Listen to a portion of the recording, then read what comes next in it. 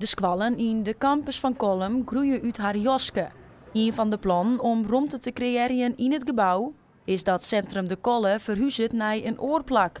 Maar de uitbater zocht liever oplossings. In uw belang het is heel mooi dat er een juniorcollege komt op het plak van de oude Kolle.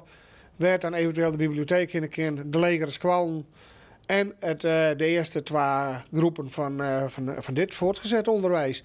Dan heb je een mooie correcties in Boetenpost, een juniorcollege en dan kan dit gebouw ongerept blijven bestaan. Dat zou het mooiste wezen. De gebruikers van de Kolle hebben nu een brandbrief gestuurd naar de gemeente Noord-East-Friesland, waarin ze hadden zorgen uitreden. De gemeente is nog drukdwaande met het uitwerken van alle mogelijkheden.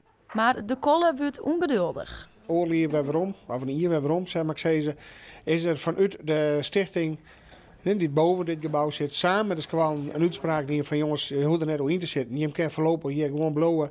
En daar hebben wij een investeringsplan op maken. En wij als ondernemer sturen daarop.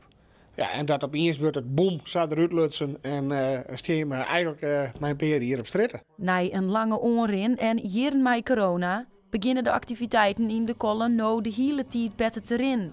Verhuisje naar een oorplak viel dan ook als een klap in het gezicht. Het is gewoon heel jammer. Je hebt hier 4 uur, je had er ziel instutsen, wie ben je zo'n dagen in de week. Soms 15, 18 uur op een dag. En dan wordt het door de gemeente samen geholpen. En dan nog even net te vergeten. De vrijwilligers achter de stichting en die dit gebouw optuigd hebben en betocht hebben en alle ins en outs dienen hebben, honderden uren instutsen hebben, kosteloos.